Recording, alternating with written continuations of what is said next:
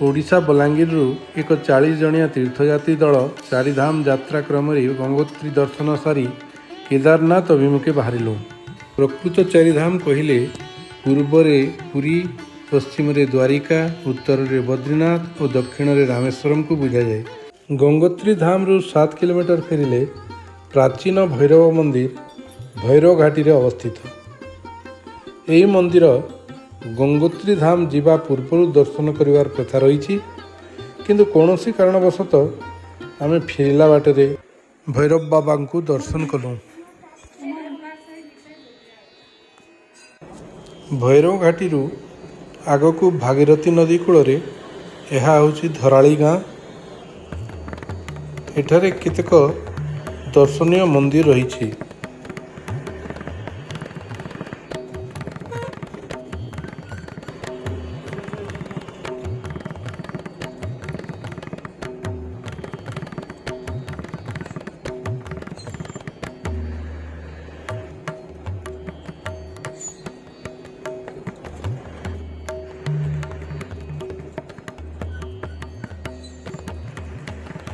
आम डाहाण पटे हर्सिल गाँ देखिपारे।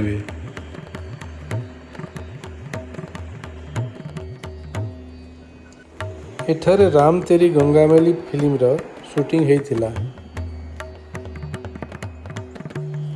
यही गाँ को भारतर स्विट्जरलैंड मध्य कहा जाए। एठी रास्ता संकीर्ण होइथिबारु गोटिए पटु गाड़ी छड़ा गले अन्य पटे गाड़ी अटके दिया जाए, पुणी अन्य पटु गाड़ी आसिले एपट गाड़ी अटके दिया जाए।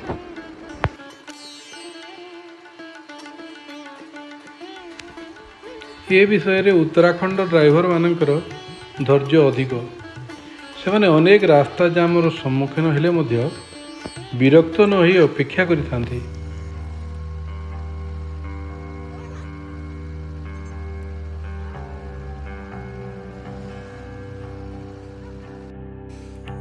आपण मैंने रास्ता कड़े अनेक सेव बगीचा देखा पाइबे। गचरे अनेक गुड़ाए सेव देखा मिलूँ। केतेकंक घर अगणारे मध्य सेव गछ लगाई। ए वीडियो रे आपण मैंने गंगोत्री धाम रु केदारनाथ धाम जीवा बाटरे पड़ुवा समस्त रास्ता घाट, सहर बजार इत्यादि स्थान देखा पाइबे।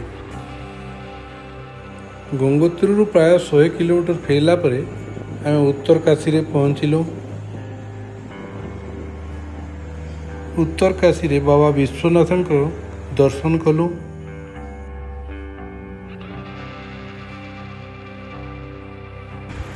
परदिन सकाळु पुणी यात्रा आरंभ है। रास्ता रे तिहिरी डैम पाखापाखि एक होटेल रे जलखिया सारीदेलु।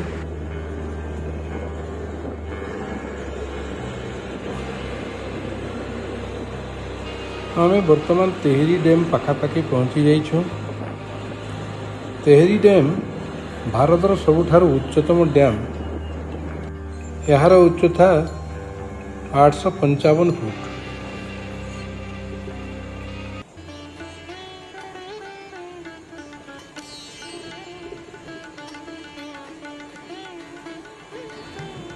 आम बस भागीरथी नदी कूले कूले तेहरी डैम आड़ को जाऊँगी। नियम रही उत्तराखंड चारिधाम करने को आसिले प्रथमे यमुनोत्री, तापरे गंगोत्री, तापरे केदारनाथ और शेष बद्रीनाथ तीर्थ दर्शन करती। एणु आमे मध्य प्रथमे यमुनोत्री गलु, सेठारु गंगोत्री गलु, एवं गंगोत्री रु केदारनाथ जाऊँ। ये वीडियो रे गंगोत्री ठारू केदारनाथ पर्यंत रास्ता किपरि रही आपण माने परिचित होइथिबा उचित। जदि आगकू आपण माने चारिधाम करिवार भावुथांती तेबे ई वीडियो भल कर देखि नै थांती। सब्सक्राइब करंतु, भल लागिले लाइक। अल्प बाट परे तिहिरी डैम रास्तार बाम पटे नदी गाढ़ुआ थिबा बेले डाहाण पटे पहाड़ पाचेरी भली सीधा उठी जाइछि।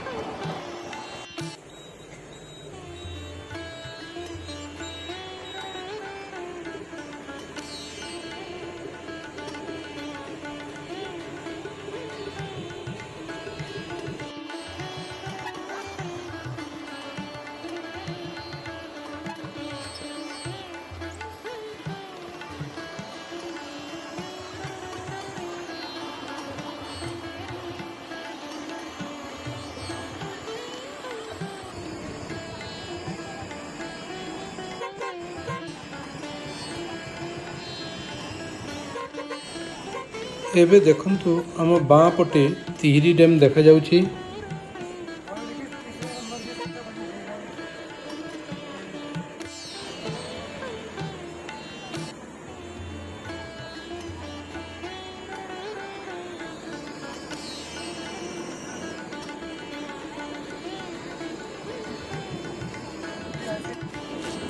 ଆମକୁ ଆଜି ସନ୍ଧ୍ୟାରେ ସୋନପ୍ରୟାଗ କିମ୍ବା ସୀତାପୁରରେ ପହଞ୍ଚିବାକୁ ପଡ଼ିବ। ସେଠାରେ ରାତ୍ରି ବିଶ୍ରାମ ସାରି ପୁଣି କାଲି ଭୋରରୁ ଗୌରୀକୁଣ୍ଡ ପହଞ୍ଚି କେଦାରନାଥ ଯିବାର ଅଛି।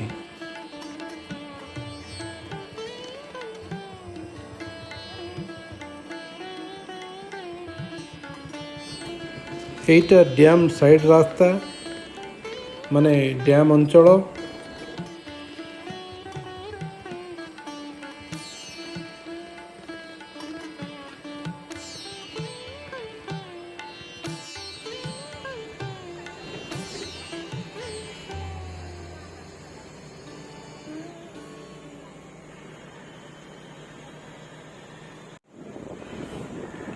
এই ଡ୍ୟାମ୍ ମଝିରେ ଫ୍ଲୋଟିଂ କଟେଜ୍ ରହିଛି।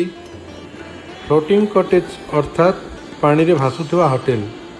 ପର୍ଯ୍ୟଟକମାନେ ସେଠାରେ ରହନ୍ତି ତଥା ବୋଟିଂର ମଜା ମଧ୍ୟ ନିଅନ୍ତି। ମୁଖ୍ୟ ଡ୍ୟାମ୍ ପାଖରେ କ୍ୟାମେରା ମନା ଥିବାରୁ ଆମେ ଏହାର ଭିଡ଼ିଓ ଆପଣମାନଙ୍କୁ ଦେଖାଇ ପାରୁନାହୁଁ।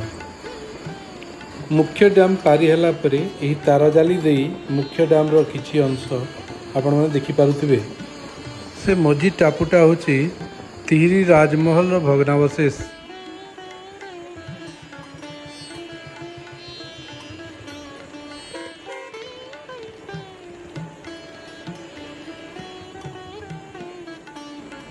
ଉତ୍ତରାଖଣ୍ଡର ପାହାଡ଼ି ଗାଁ ମାନେ ଭାରି ସୁନ୍ଦର। ଏହା ହେଉଛି ପୌଖାଲ ଗାଁ।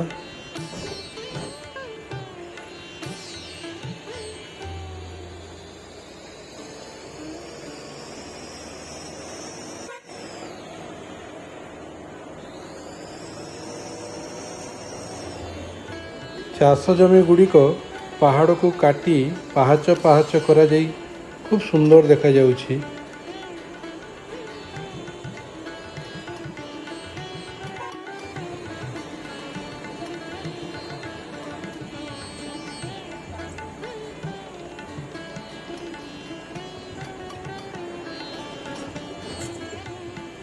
ଆମେ ବର୍ତ୍ତମାନ ହରିଦ୍ୱାରରୁ କର୍ଣ୍ଣପ୍ରୟାଗକୁ ସଂଯୋଗ କରୁଥିବା NHରେ ପହଞ୍ଚି ଯାଇଛୁ।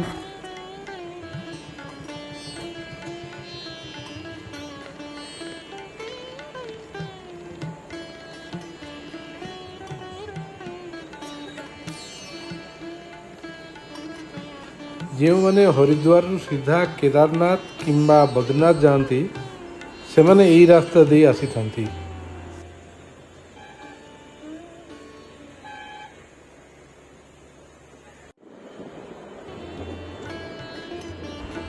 ଏଠାରୁ ରୁଦ୍ରପ୍ରୟାଗ ପର୍ଯ୍ୟନ୍ତ ଆମ ବାଁ ପଟେ ଅଲକନନ୍ଦା ନଦୀ ଦେଖାଯିବ।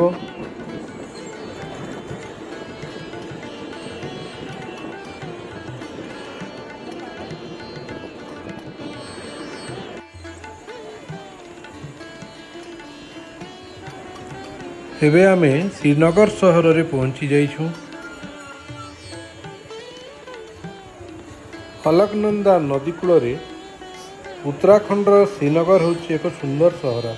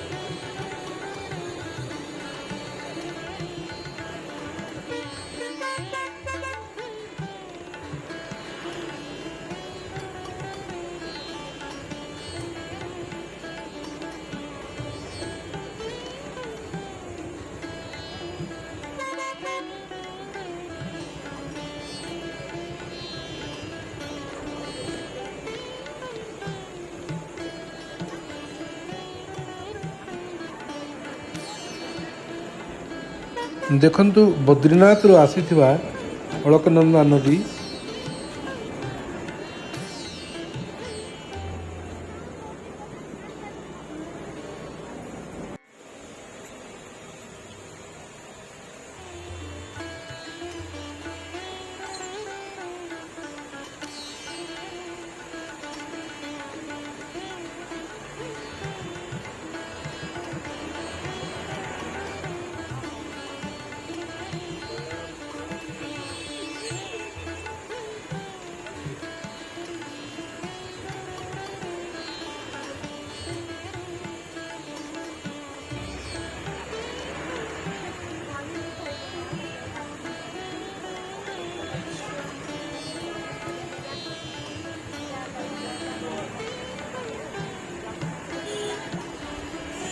आमको यमुनोत्री और गंगोत्री रे स्वेटर किंबा जैकेट पिंधिबा को पड़ुथला।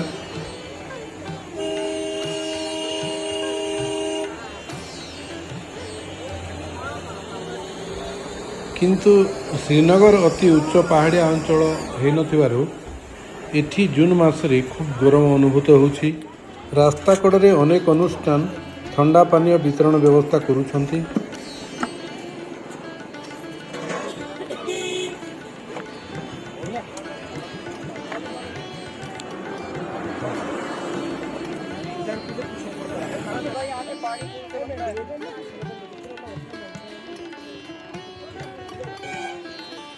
बस थैंक यू।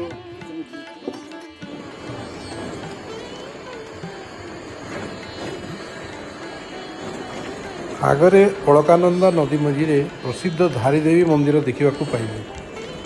2013 केदारनाथ ट्रेजेडी समय रे एही मंदिर गोटे घटना खूब चर्चा होता।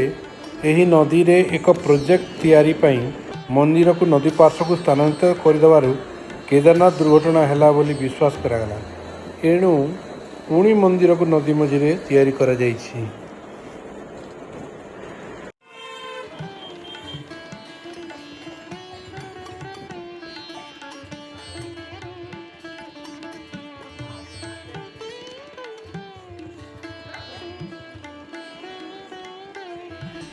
रुद्रप्रयाग बाईपास रे आमे लंच गलु।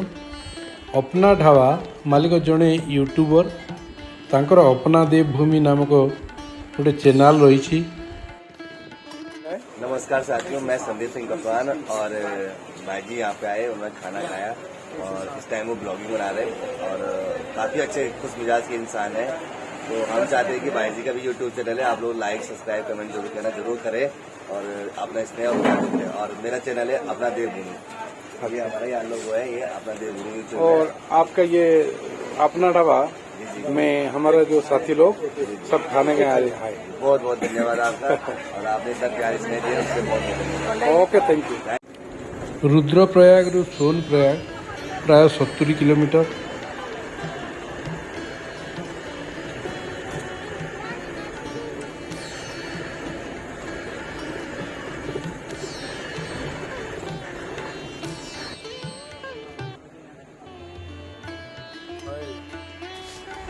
बाटरे फाटा नामक स्थान हेलिकप्टर केदारनाथ को जाए। एठारे हेलिकप्टर टिकेट पाई आमे बुझिलु और जानवे को पाइलु जे टिकेट पाइबा प्राय असंभव। एणु संध्यारे सीतापुर रे जाई होटल रे रहिलु।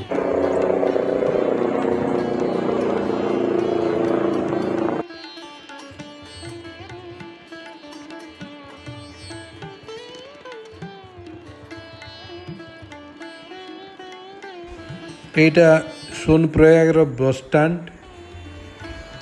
एठारो आगो को बस जाई पारे नहीं, एठी बस सब रहे। सीतापुर और सोनप्रयाग पाखापाखि स्थान। आम राति प्राय 3टारू सोनप्रयाग अभिमुखे बाहरी पड़िलु। सोनप्रयाग रे शटल सेवा अर्थात बोलेरो भली 4 चकिया रे गौरीकुंड पर्यंत जावाक पड़े। यह भारी भिड़, लंबा लाइन लगा पड़े। 50 टंकार गौरीकुंड पाखरे यही गाड़ी माने पहुँचाई दियंती। गौरीकुंडरू आम दलर केतेके घोड़ा बा खच्चर रे आउ केतेके चली चली केदारनाथ को बाहरी पड़िले।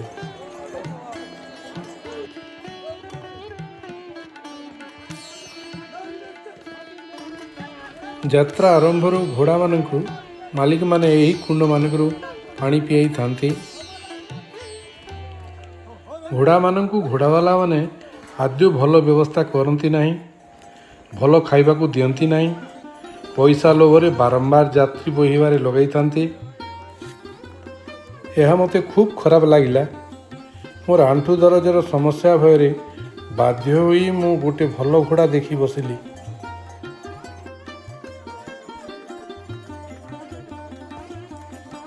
ଏଠାରେ ପାହାଡ଼ ଉପରକୁ ସିଧା ଚଢ଼ିବାକୁ ପଡ଼ୁଛି। ଏହାକୁ ଏମାନେ ଖଡ଼ି ଚଢ଼ାଇ କହନ୍ତି। ପାଖେ ପାଖେ ମୋଡ଼ କରି ଉପରକୁ ଚଢ଼ିବାକୁ ପଡ଼ୁଛି।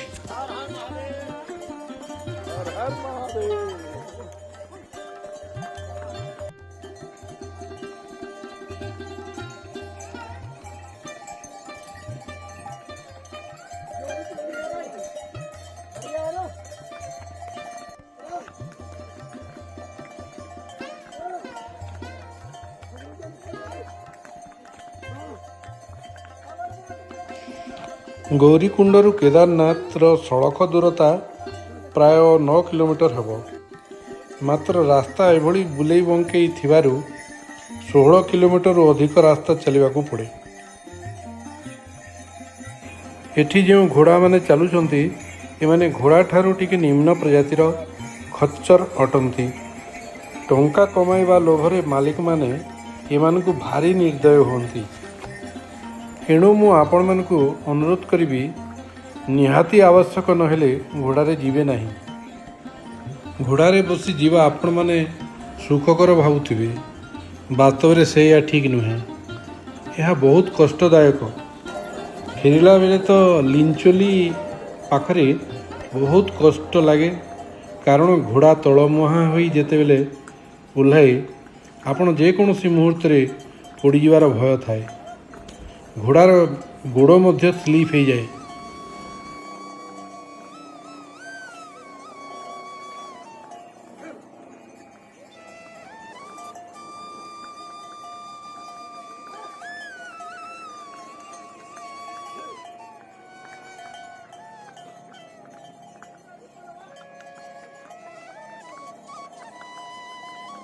ଏବେ ଆମେ ଭୀମବଲି ଠାରେ ପହଞ୍ଚିଗଲୁ।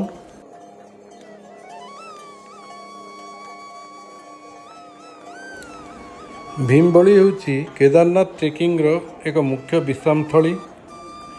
ଏହା ପ୍ରାୟ ଅଧା ବାଟରେ ପଡ଼ୁଥିବାରୁ ସମସ୍ତେ ଏଠାରେ କିଛି ସମୟ ଅଟକିଥାନ୍ତି।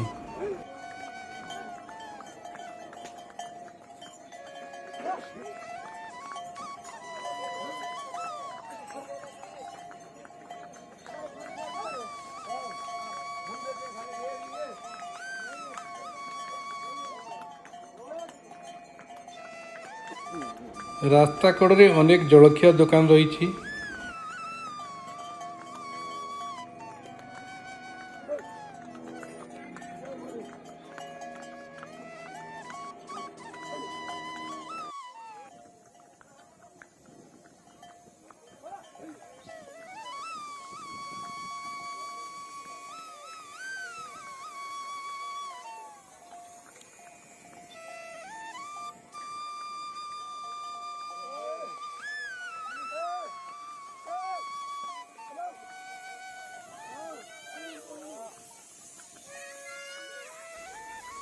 ଆମେ ଗୋଟିଏ ଜଳଖିଆ ଦୋକାନ ପାଖରେ ଘୋଡ଼ା ଅଟକାଇଲୁ ଓ ଜଳଖିଆ ଖାଇନେଲୁ। ଗୋଟିଏ ଆଲୁ ପରଟା 50 ଟଙ୍କାରେ ମିଳୁଛି। ଏଠାରେ ଘୋଡ଼ାମାନଙ୍କ ଖାଇବା ପାଇଁ ଗୁଡ଼ ମିଳେ। ଗୁଡ଼ କିଣି ଘୋଡ଼ାମାନଙ୍କୁ ଖାଇବାକୁ ଦେଲୁ। ଘୋଡ଼ାବାଲାମାନଙ୍କୁ ମଧ୍ୟ ଜଳଖିଆ ଖୁଆଇଲୁ। ଭୀମବଲି ଠାରେ ରାସ୍ତା ଦୁଇ ଭାଗ ହୋଇଯାଇଛି। ପୁଣି ରାମବେଡ଼ା ପରେ ରାସ୍ତା ଦୁଇଟି ମିଶିଯାଇଛି। 2013 ବନ୍ୟା ପରେ ଏହି ନୂଆ ପୋଲ ତିଆରି ହୋଇଛି। ଏପଟୁ ଘୋଡ଼ାମାନେ ଯା ଆସ କରନ୍ତି। ରାମବାଡ଼ା ରାସ୍ତାରେ ବହୁତ ପାହାଚ ଥିବାରୁ ପଦଚାରୀମାନେ ଯା ଆସ କରନ୍ତି। ଏହି ରାସ୍ତା ରାମବାଡ଼ା ରାସ୍ତା ଅପେକ୍ଷା ଟିକେ ଅଧିକ ଦୂର ପଡ଼େ।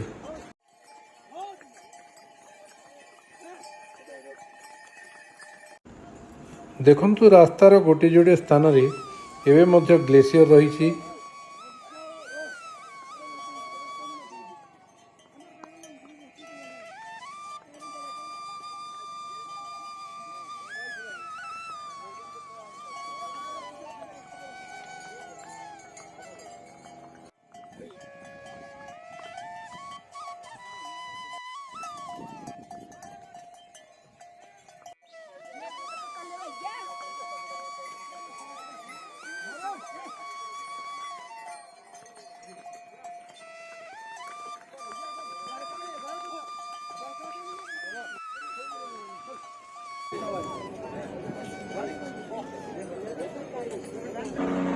ଏଠାରେ ପ୍ରାୟ ପ୍ରତି 5 ମିନିଟ୍ରେ ହେଲିକପ୍ଟର ଯାଆସ କରୁଥିବାର ଦେଖିପାରିବେ। ଦୂରରେ ଦେଖନ୍ତୁ ଖରା ପଡ଼ି ବରଫାବୃତ ପାହାଡ଼ କିପରି ଚକ୍ ଚକ୍ କରୁଛି। ଏତେ ସମୟ ପରେ କେଦାର ଭ୍ୟାଲିର ପ୍ରଥମ ଦର୍ଶନ ମିଳିଲା। ଏହା ମଧ୍ୟରେ କେଉଁଟା ବାବା କେଦାରନାଥଙ୍କ ମନ୍ଦିର ଆମ ଆଖି ଖୋଜି ବୁଲିଲା।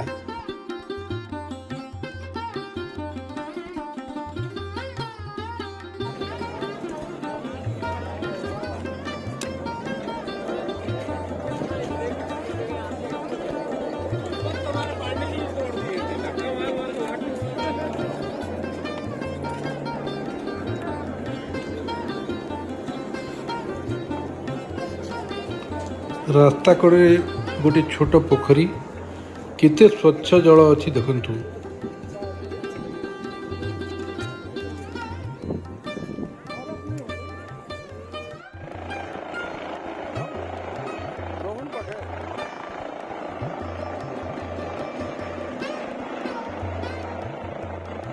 ସେଇ ଆଗରେ ଦେଖନ୍ତୁ ଏଇଟା କେଦାରନାଥର ହେଲିପ୍ୟାଡ୍।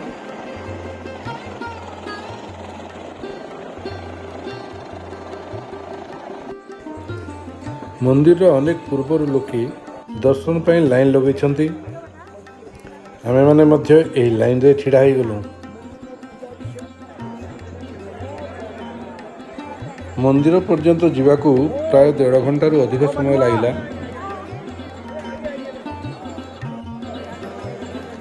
ଏତେ ପ୍ରତୀକ୍ଷା ପରେ କେଦାର ବାବାଙ୍କ ସୁନ୍ଦର ଦର୍ଶନ ମିଳିଲା।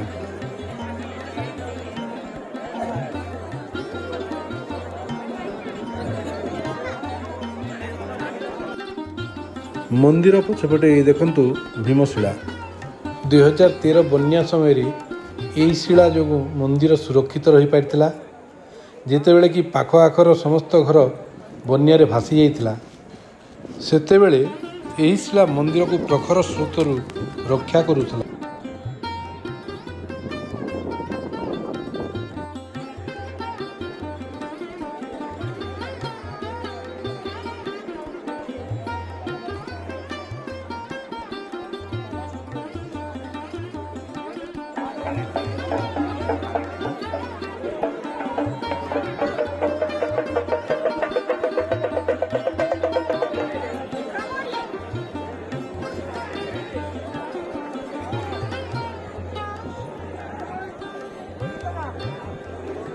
ମନ୍ଦିର ପାହାଚର ଦୁଇ କଡ଼େ ଅନେକ ଦୋକାନ ବଜାର ରହିଛି। କେଉଁ ଦୋକାନରେ ପ୍ରସାଦ ବିକ୍ରି ହେଉଛି ତ କେଉଁଠାରେ ପୂଜା ସାମଗ୍ରୀ ବିକ୍ରି ହେଉଛି।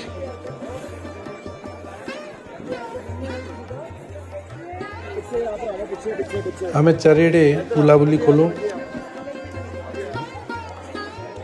ଏଠାରେ କେତେକ ଲଜିଂ ରହିଛି, ବହୁତ ଗୁଡ଼ାଏ ତମ୍ବୁ ମଧ୍ୟ ରହିଛି। ଯଦି ଆପଣମାନେ ରାତ୍ରି ଯାପନ କରିବାକୁ ଚାହିଁବେ ତ ରହିପାରିବେ।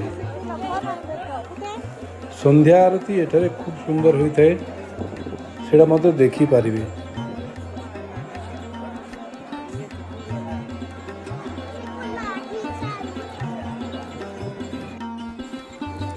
ଏଠାରେ ଅନେକ ସଂସ୍ଥା ତଥା ବାଦାନ୍ୟ ବ୍ୟକ୍ତି ଭୋଜନ ବିତରଣ କରନ୍ତି। ଆପଣମାନେ ଏହା ବିନା ମୂଲ୍ୟରେ ଖାଇପାରିବେ।